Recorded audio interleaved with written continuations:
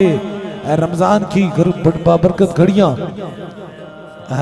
धीरे धीरे होले होले जा रही हैं, खूबसूरत घड़ियां जा रही हैं बड़ी रहमतों और बड़ी बरकतों।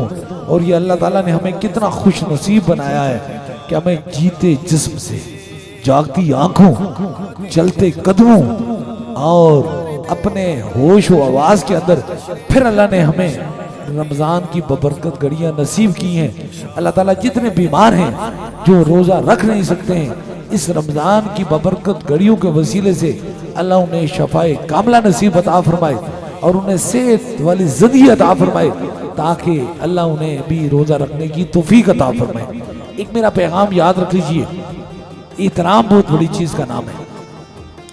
रमजान के अंदर अगर कोई बीमार है, किसी तकलीफ के अंदर है, वो रोजा रख नहीं सकता, लेकिन याद रख लीजिए रमजान का एहतराम काफिर भी किया करते हैं।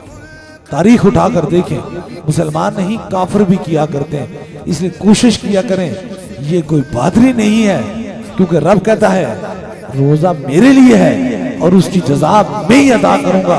काश हमने ऐसी बात करना चाहिए, हम ऐसे लोगों के सब में दाखिल हो गए।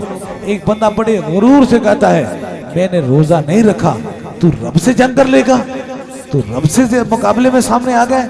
अगर किसी बीमारी की वजह से ना भी हो तो कम अज कम इस हया के अंदर हो, खौफ के अंदर हो, हे अल्लाह तेरे और मेरे दरमियान का ये राब्ता है, अगर ये मुझे तकलीफ है, बीमारी है, मैं तुझसे तेरी मदद तलब करता हूँ, तुझसे माफी तलब करता हूँ, अल्लाह तो मुझे ऐसी सेहत अता फरमा कि मैं भी रोजा रख सकूं। ये बदनसीबी है कि इंसान कहे कि मैंने रोजा नहीं रखा है। अब कोशिश किया करें, औलिया अल्लाह की दलील से ये पैगाम मिलता है कि अगर कोई बीमार है, उसे रोजा नहीं है, तो फिर भी अगर कोई वो खाए पिए दौरान इस तकलीफ के अंदर, तो अब भी उसके अंदर जरूर होना चाहिए हया, जरूर होनी चाहिए पर्दा, जरूरी होनी चाहिए, क्योंकि रब से खौफ खाते हुए कोई भी ये आंखों के अंदर आंसू पाए, हे अल्लाह मुझे तौफीक अता फरमा कि मैं रोजा रख सकूं।